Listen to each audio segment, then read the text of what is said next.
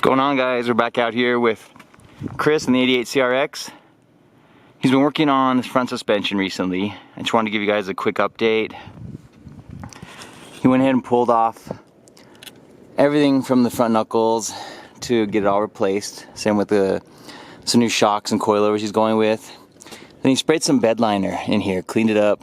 That way it just protects a little bit from the damage and just to make it look a little nicer. It's probably going to get torn up a little bit at the track, but that's perfectly fine. That's the intention of doing that. Here's all the parts he's gotten for the front end. Everything's still boxed up, has it all laid out just so we can get it ready today. So what exactly are we looking at? What's up with this shift linkage right here? So this is a shift linkage that we picked up at the junkyard just to fix up the slop in the linkage. I had already replaced the bushings, but this should... It's still sloppy up front, the joint? Okay.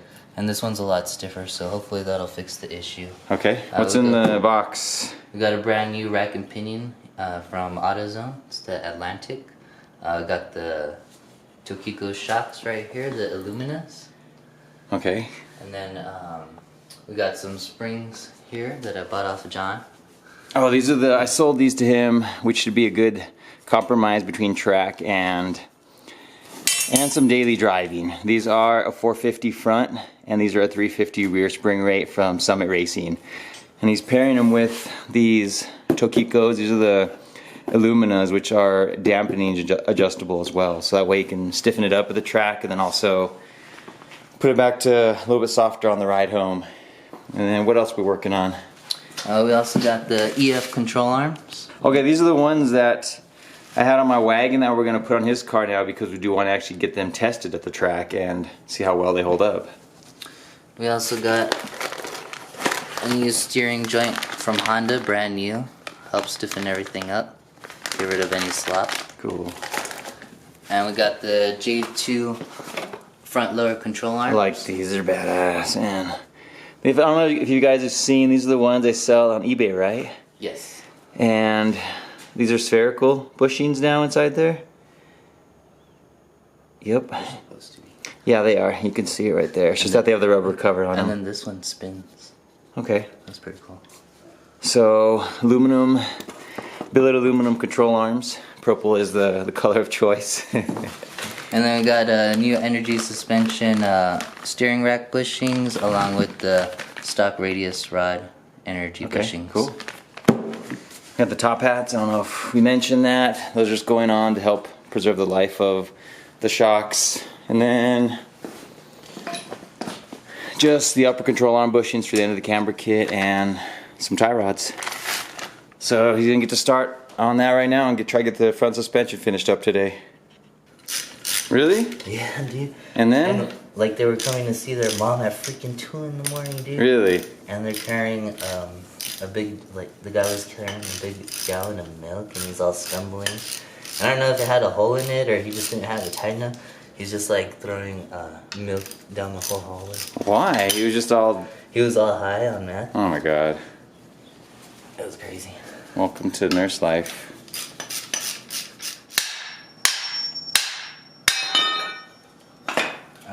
After pulling the old shocks apart, the CRX had some coilovers on it. They were obviously some eBay coilovers, but I told them that all we needed was the sleeve and perch.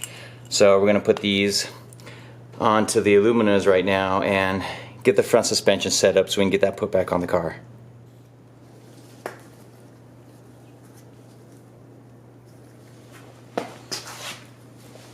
There's a hammer if you need it.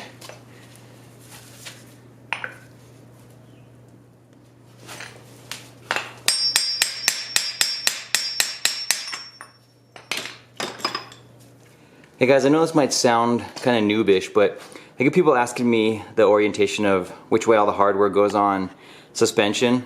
Of course, you're going to have your shock. With a coilover sleeve, you want to put the sleeve, the perch and the sleeve on first. Put your bump stop on. Next will be the actual spring of your choice. Then you have this washer. You can see it has a little like raised edge. This is the one that goes on and stops the top hat from moving any further down on the assembly. So you have that larger washer, top hat, smaller washer, and then the nut. That's just the orientation of the entire set.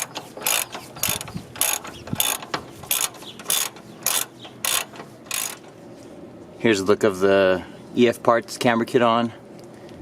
Got the shocks put on, working our way slowly around towards the knuckle. The thing I'm really excited to see is how well these lower control arms hold up.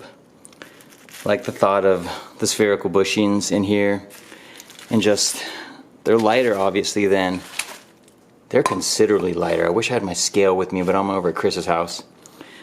You can easily tell the difference when picking them up. I may have to consider getting a set of these for myself in the future. These I think were around between $200 and $220. I don't remember the price after looking them up, but made by J2 Engineering, and I've seen people use them before with no issues. I haven't read anything bad about them, so I imagine they hopefully should be okay. We're gonna find out definitely for sure. And if any of you guys need any of the torque specifications, this is the front assembly.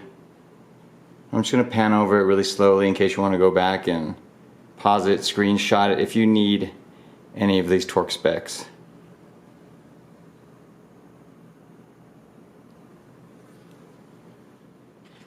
And here it has a couple more with the rest of the front, such as the radius rods and everything, the forks. Really good information to have in case you ever need it.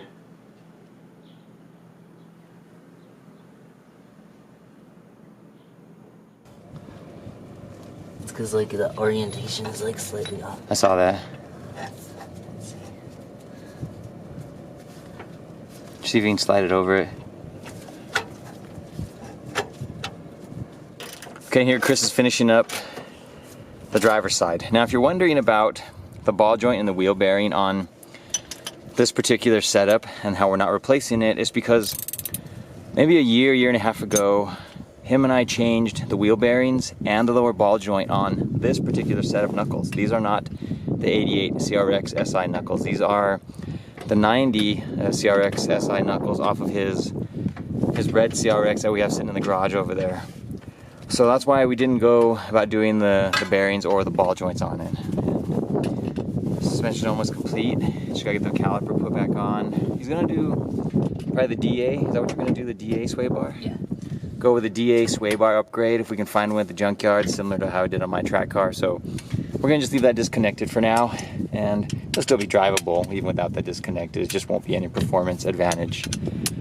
And then we're gonna work on the steering rack and the tie rods after we get the front suspension completed. And there's other wrecks that we got those knuckles from.